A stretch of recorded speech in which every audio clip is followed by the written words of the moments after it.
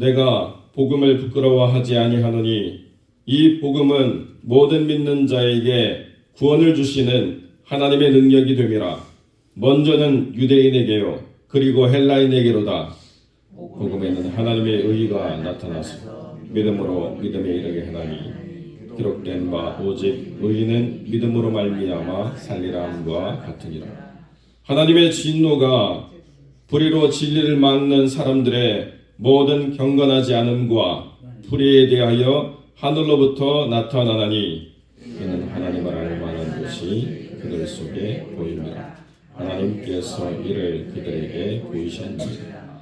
창세로부터 그의 보이지 아니하는 것들 곧 그의 영원하신 능력과 신성이 그가 만드신 만물에 분명히 보여 알려졌나니 그러므로 그들이 핑계하지 못할지니라. 하나님을 알되 하나님을 영화롭게도 아니하며 감사하지도 아니하고 오히려 그 생각이 허망하여지며 미련한 마음이 어두워진다. 스스로 지혜 있다 하나 어리석게 되어 썩어지지 아니하는 하나님의 영광은 썩어질 사람과 새와 짐승과 기어다니는 동물 모양의 우상으로 바꾸었느니라.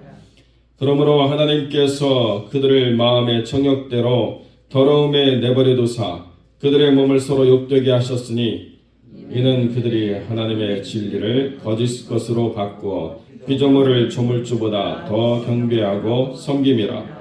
주는 곧 영원히 찬송할 이시로다. 아멘. 본문의 말씀을 가지고 하나님의 능력인 복음이라는 제목의 말씀을 함께 나누겠습니다.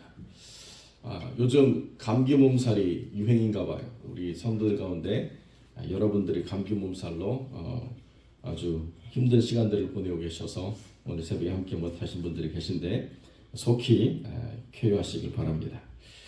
자, 이제 우리가 야고보서의 믿음이 무엇인가에 대한 경건을 그렇게 살펴봤다고 한다면 이제 믿음이 무엇인가라고 하는 로마서의 가장 중요한 핵심 가치를 이제 처음으로 우리가 더 분명하게 대하는데 복음이라고 하는 것이 무엇이냐?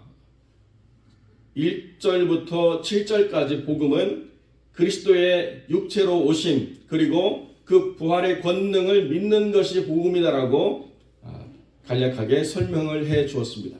그러면 그 복음이 우리의 삶에 어떻게 연결이 되어지느냐라고 이야기할 때 그 복음은 그냥 좋은 소식으로 끝나는 게 아니라 하나님의 능력이다 이렇게 분명하게 선언해 주고 있습니다. 복음은 하나님의 능력이 됩니다. 그 하나님의 능력이 어떻게 우리의 삶과 연결되어지느냐? 믿음이라고 하는 것은 하나님의 능력인 복음으로 말미암지 않고서는 우리에게 결단코 만들어지는 것이 아니다. 복음에는 하나님의 의로움이 나타나서 믿음으로 믿음에 이르게 하나니 from faith to faith 시작된 어떤 그 믿음의 처음부터 마침까지 하나님의 의로움이 복음 안에서만 나타나서 그 우리의 모든 믿음의 기초와 형성을 그리고 그 모든 과정과 성숙함을 복음이 만들어내는 능력으로 말미암아서 가능하게 된다라고 성경이 우리에게 분명하게 가르쳐주고 있다는 것입니다. 그러니까 내가 노력으로 애씀으로 수고로 어떤 것들로 의로움을 드러내서 이것을 쌓아가지고 나의 공적이 되어서 하나님이 나를 받아주시겠지라고 하는 것은 복음을 모르기 때문에 여전히 헤매는 사람들의 삶의 태도라는 것입니다. 선교도 많이 가고 선교 후원도 많이 하고 의사여가지고 샘플로 오는 약들 있으면 나눠두지도 않고 그냥 꽉 쌓아가지고 선교 갈 때마다 다 챙겨가지고 가시는 분이 있는데 왜 그렇게 열심으로 선교하느냐? 복음을 몰라서요.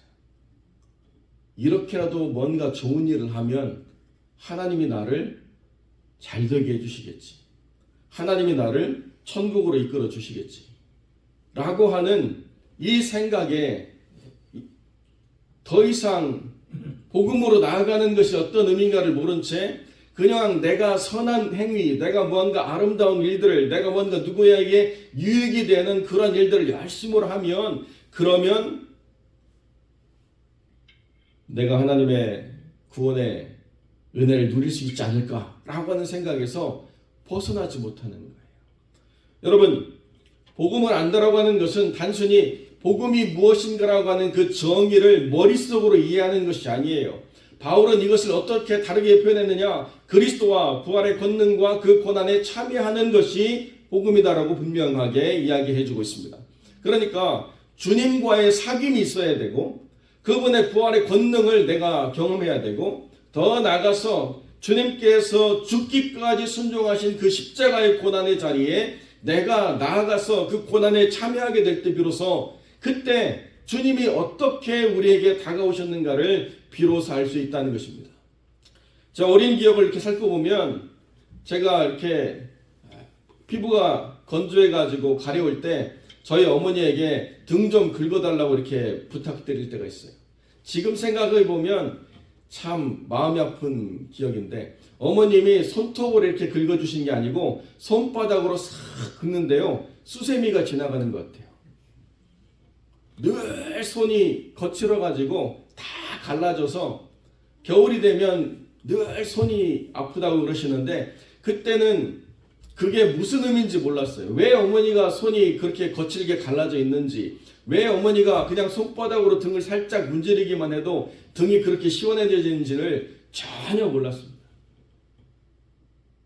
독한 세제, 양잿물 같은 걸 쓰셨는지 모르겠는데 그거에 빨래하고 또 여러 가지 것들로 손이 늘 그렇게 갈라져 있으니까요. 늘 그 갈라진 손 때문에 아파하셨던 기억이 나이를 들면 들수록 생각이 나요. 어머니가 어떠한 희생과 수고를 했는가를 참 안타깝게도 어머니가 계시지 않으니까 더 떠오르게 되는 것 같아요. 내가 누구를 안다라고 하는 것은 단순히 그 사람의 직함이나 그 사람의 이름이나 그 사람이 어떤 일을 벌였는가에 대한 어떤 기록을 아는 게 아니에요. 그 사람이 내 삶에 누구였는가를 아는 게 아는 거죠. 복음을 안다라고 하는 것은 주님을 안다라는 것인데 주님과 함께 살아가는 삶의 경험, 주님이 이 땅에 오셔서 우리에게 행하셨던 모든 수고와 그 사랑 그리고 그 희생을 내가 조금이라도 경험하면서 깨달아가는 것, 이것이 주님을 알아간다는 거예요. 그 주님을 알아가는 삶 가운데 우리가 맛볼 수 있는 은혜가 뭐냐? 나를 믿는 자는 죽어도 살겠고 죽음이라고 하는 그 위기 앞에서도 우리가 무너지지 않게 하시는 부활의 권능이 있다라고 하는 것을 성경 우리에게 분명히 경험하도록 복음을 알라고 말씀하신다는 거예요. 안 되고 못하고 할 수 없고 다 우리의 사고가 거기서 멈춰가지고 이것은 도무지 우리의 능력으로는 되어지지 않는 일입니다라고 이야기하는 바로 그 자리에서 부활의 권능을 맛보라고 성경이 우리에게 이야기한다는 거예요.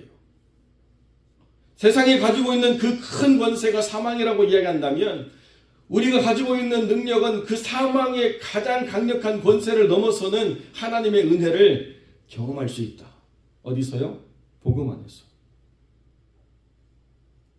자, 그러면 우리는 아무런 고생 없이 어떠한 어려움이 와도 우리는 결단코 그 고생으로 말미암아서 무너지는 인생이 아니구나를 경험하면 승승장구의 삶을 살아갈 수 있느냐? 아니요. 그렇게 사는 것이 아니고 주님을 따라서 십자가를 지고 가는 것. 이것이 의인의 삶이자 복음을 아는 사람들의 삶이라는 것입니다. 그렇기 때문에 사도 바울은 내가 복음을 자랑하노니 이렇게 이야기하지 않고 내가 복음을 부끄러워하지 아니하노니라고 이야기한다는 것입니다.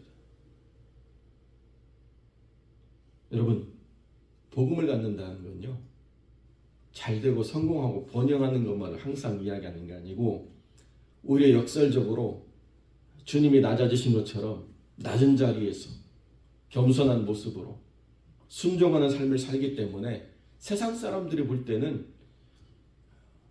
이게 신을 믿는 것이 아니라는 거예요. 그 부끄러운 모습으로 살아가는 삶의 부분을 우리가 감당해야 될 영역 안에 있다는 게 이게 복음의 역설이죠. 얼마든지 능력인데 그 능력을 나를 위해서 사용하는 것이 아니라 진리를 위해서 쓰고 하나님의 영광을 드러내고 스스로 지혜에 따라가는 것들을 꺾어버리기 위해서 이 능력을 쓸 때 비로소 하나님의 영광을 받으신다라고 하는 것이 복음이라는 것입니다. 그러니까 복음은 하나님의 의로움이 나타나야 돼요.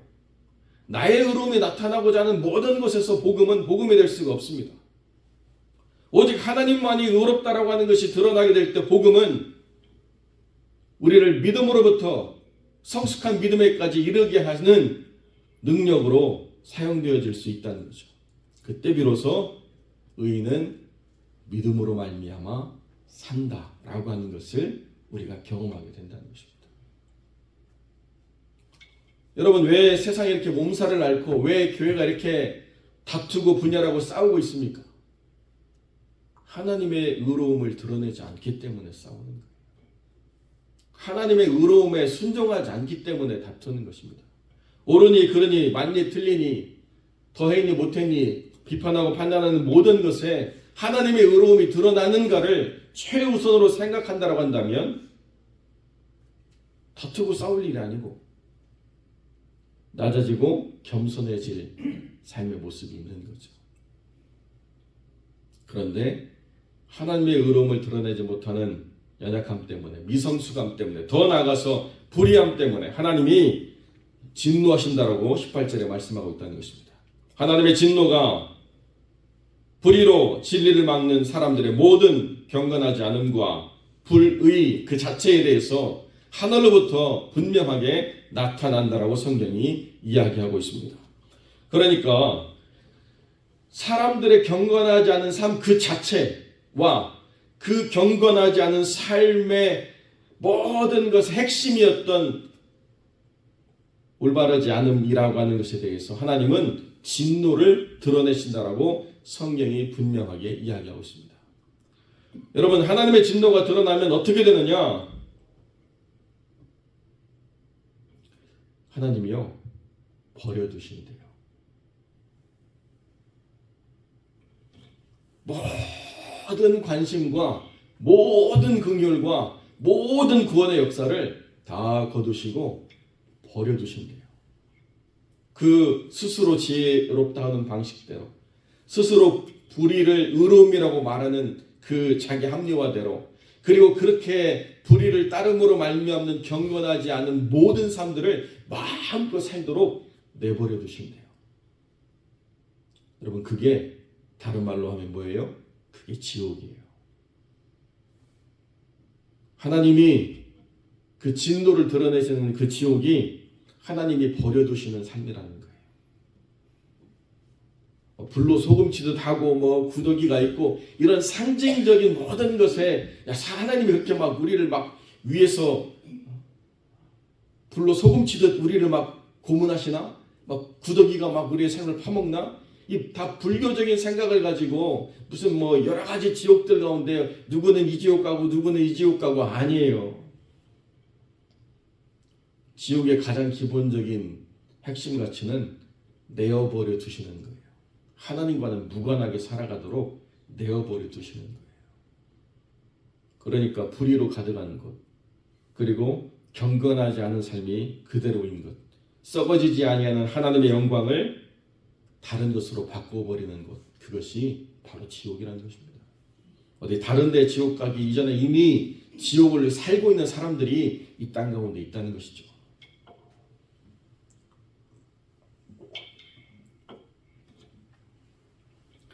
하나님을 알되 하나님을 영화롭게도 하지 않고 감사하지도 않고 그 생각이 허망해져서 미련한 마음이 어두워진 삶들은 하나님을 알 수가 없습니다. 결단코 하나님을 알 수가 없습니다. 하나님은 세상 모든 사람들에 대해서 하나님을 알 만한 것을 드러내 보여주셨다라고 분명히 19절에 말씀하고 있습니다. 이는 하나님을 알 만한 것이 그들 속에 보임이라 하나님께서 이를 그들에게 이미 보여주셨다라고 말씀합니다. 그런데 이미 보여주신 하나님의 실제를 그 사람들이 왜 깨닫지 못하느냐? 하나님을 알되라고 이미 전제하고 있습니다. 참 희한하죠.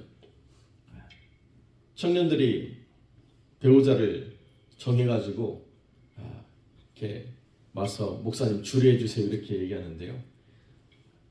믿음의 사람을 만나면 막 기쁘고 당당하게 와가지고 목사님 우리 뭐 결혼 교실도 하고요, 뭐 배우자 뭐 이렇게 카운셀링도 해주시고 막 이렇게 이야기합니다. 그런데 믿지 않는 자매나 형제를 데려온 분들은 꼭 먼저 전제가 있어요. 목사님 교회는 안 다니지만 하나님 계신 건 안 돼요.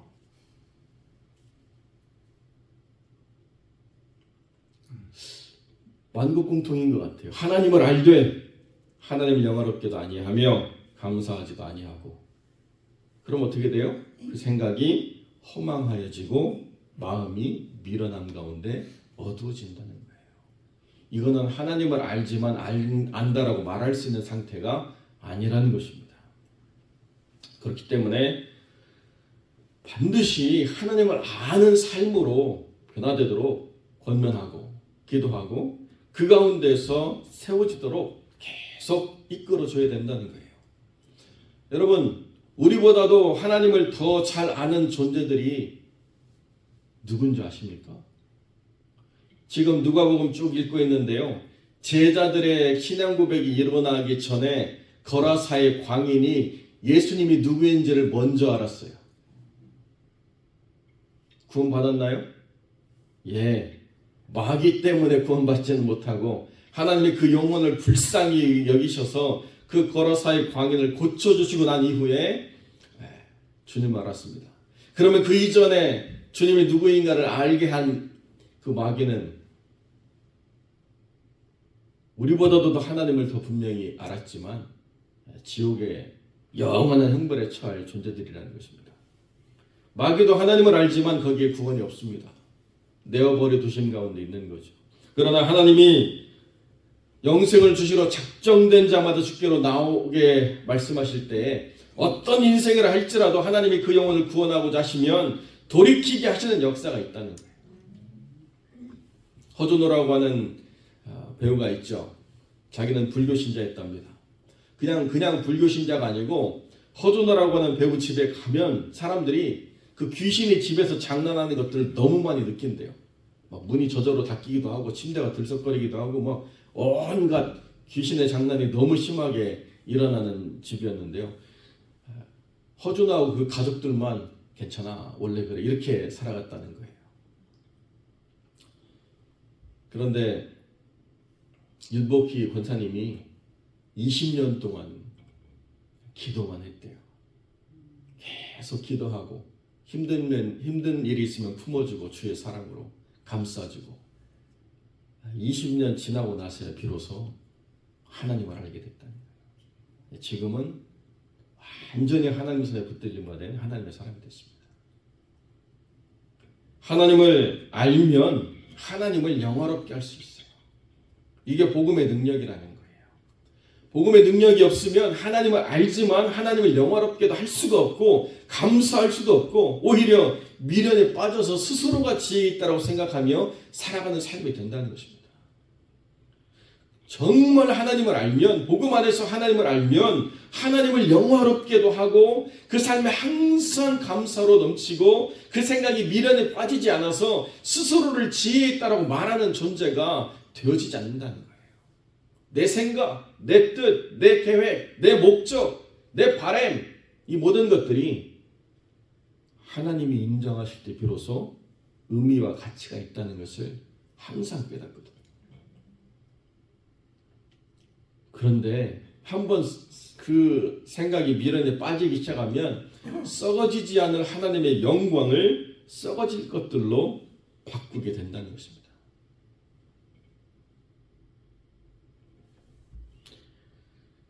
이것이 오늘날의 세태라는 거예요. 여러분 방송을 보시면 여러 사람들이 나옵니다. 하나님을 안다라고 하는 사람들이 나와가지고 얼마나 해괴망측한 해석들을 해내는지 이루 말할 수가 없어요. 그것이 사람의 삶에 합당한 방식으로 설명되어져야 그래야 하나님도 인정을 받는 세상이 있는지 모르겠습니다.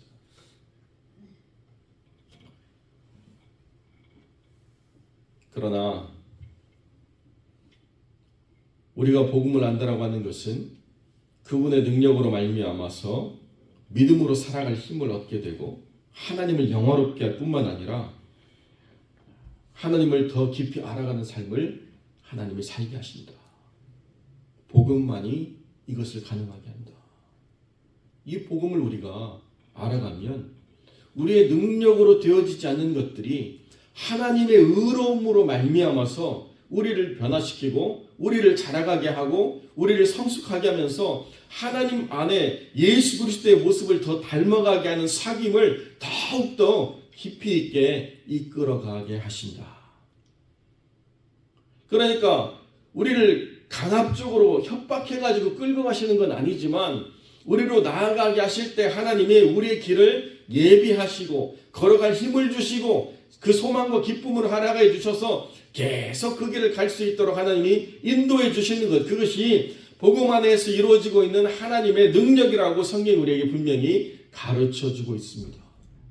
여러분, 그러니까요, 제가 여러분들에게 늘 말씀드렸던 믿음은 현재고 은퇴가 없습니다라고 이야기하는 게 하나님의 능력이 중단되지 않기 때문에 그렇다는 거예요.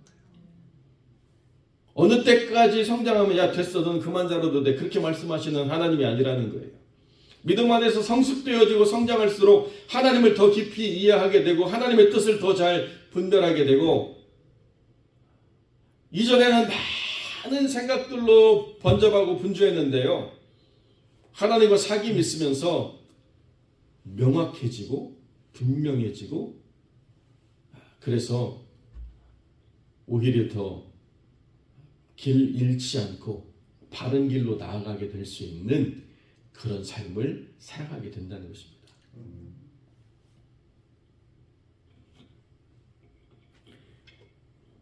여러분, 신앙은요, 많은 것에 대한 설명을 필요로 하지 않습니다. 내가 가야 될 명확한 길에 대한 분명한 인도하심만이 있는 거예요. 사람의 어떤 철학 또는 많은 것들에 대한 설명을 이야기하는 가장 흥미로운 종교는 불교죠.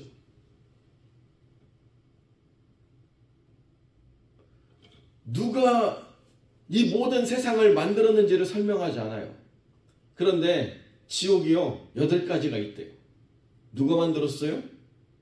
그 묻지도 따지지도 말고 그 어느 한 군데로 우리가 이런 죄를 지으면 이런 지옥에 간대요. 천국은 뭐냐? 천국은 없다는 거예요. 그럼 도대체 뭘 말하냐? 이 수레바퀴에서 내가 완전히 사라지는 것, 그것을 해탈이라고 이야기한다. 제가 요 근래에 어떤 그 승려가 하는 이야기를 듣고 깜짝 놀랐습니다. 내가 없어져 버린대요. 그게 궁극적으로 해탈이랍니다. 여러분 없어지길 원하십니까? 소멸이지 해탈이 아니잖아요. 이상한 논리를 이야기하더라고요. 왜 그런가? 원래 힌두교에서 출발한 거잖아요. 법구경 이런 거 보면 뭐 광명의 신도 나오고 막 여러 가지가 나와요. 굳이 제가 이 시간에 법구경을 강론할 일은 없지만 사람의 철학과 생각을 가지고 많은 것을 설명해 주는 뭐 매력적인 뭐 그런 흐름들. 그래서 한국에는요 또 이 불교가 도교하고 융합이 돼가지고 승려들이 막 부적도 써주잖아요. 사주도 봐주고 관상도 봐주고 막 다 하지 않습니까? 그게 능력인 것처럼, 그게 대단한 지혜인 것처럼 막 매력이 있어가지고 막 빠져들어요. 임재범이라고 하는 가수가 그렇게 모든 사상을 자기가 다 깊이 팠다는 거예요. 그런데요, 지금은 이제 하늘나라 간 그 아내가 성경책 하나 던져주고 아무 말도 안 했대요. 그래서 그 성경책만 아주 그냥 죽으라고 파다 보니까 그 이전에 자기가 매료되었던 모든 사상, 모든 철학, 모든 종교가 다 무의미해지고 하나님만이 남게 되더라.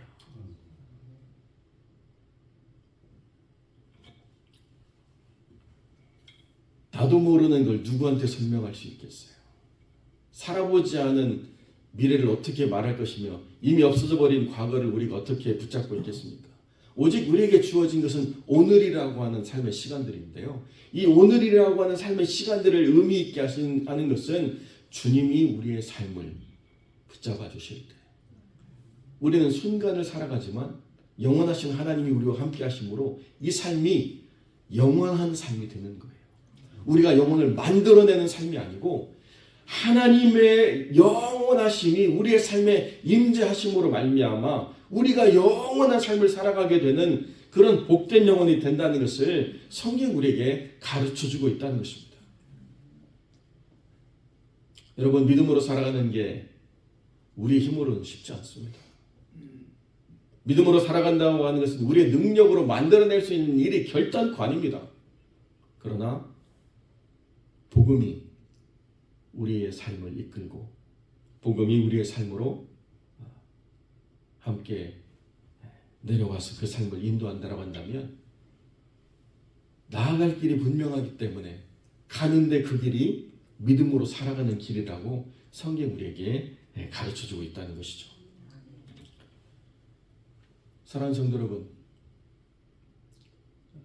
이제 한 해 4분의 1을 우리가 보내고 있습니다. 여러분은 복음 안에서 이 한 해 하나님에 대한 바람이 더 분명해지십니까? 어떻습니까? 제가 전에 있던 교회 성도들에게 그런 말씀을 했어요.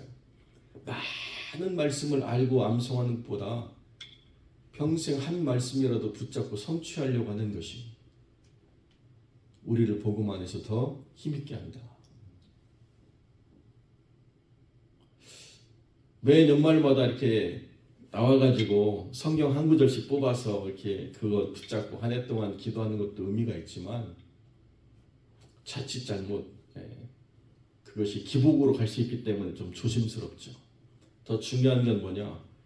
내가 하나님 안에서 받은 바 한 은혜를 붙잡고 그것을 끝까지 펼쳐보려고 내 지경을 넓혀가면서 그 은혜를 끝까지 펼쳐보려고 그 한 말씀을 붙잡고 삶을 훈련하는 것이 더 분명하게 하나님의 은혜를 깨달아가는 것이다. 이것저것 잘하는 사람 말고요.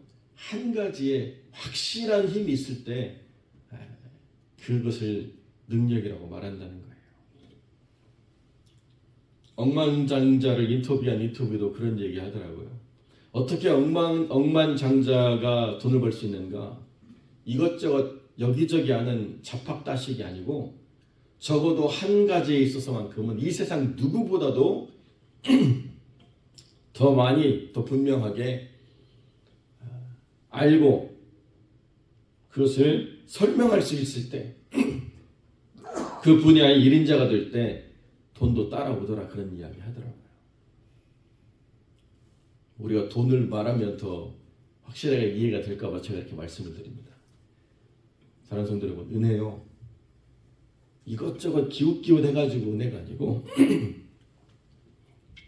하나님 안에서 예수 그리스도와 그 부활의 권능과 그 고난에 참여함에 있어서 명확한 한 가지, 먼저 기초를 세우는 것, 그리고 그것을 확장시켜 나가는 것, 그것이 복음으로 살아가는 능력이라는 것입니다. 우리 하나님께서 우리에게 많은 것을 요구하지 않습니다. 우리 하나님께서 우리에게 우리가 할 수 있는, 우리가 살아낼 수 있는 삶 이상의 다른 어떤 것으로 살아가려고 우리를 강요하지 않습니다. 종된 자가 자유할 수 있으면 자유하는 것도 감사한 일이지만 종이라고 해서 2등 신앙이 아니라고 성경은 분명히 우리에게 이야기하고 있습니다.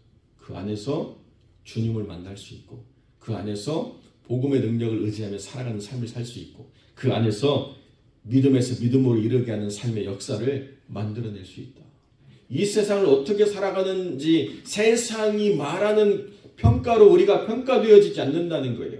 하나님이 우리를 어떻게 바라보시는가에 대한 그 하나님의 관점을 우리가 바르게 이해하고 하나님이 우리를 바라보시는 그대로 우리가 그 삶을 살아내기를 하나님이 기뻐하시는 그대로 그렇게 우리가 살아가고자 할 때 그때 우리는 믿음으로 살아가게 된다는 것입니다. 여러분 세상에 많은 것들이요, 자기가 아닌 것들을 자랑하는 것들이 얼마나 많은지 몰라요. 교회도 그 유행에 따라가지고 내 안에 있는 예수, 나로 말미암아서 드러내는 복음의 능력을 말하는 게 아니고 내 안에 없는 것들을 막 자랑해요. 여러분, 그거 우리가 미혹될 이유가 없습니다.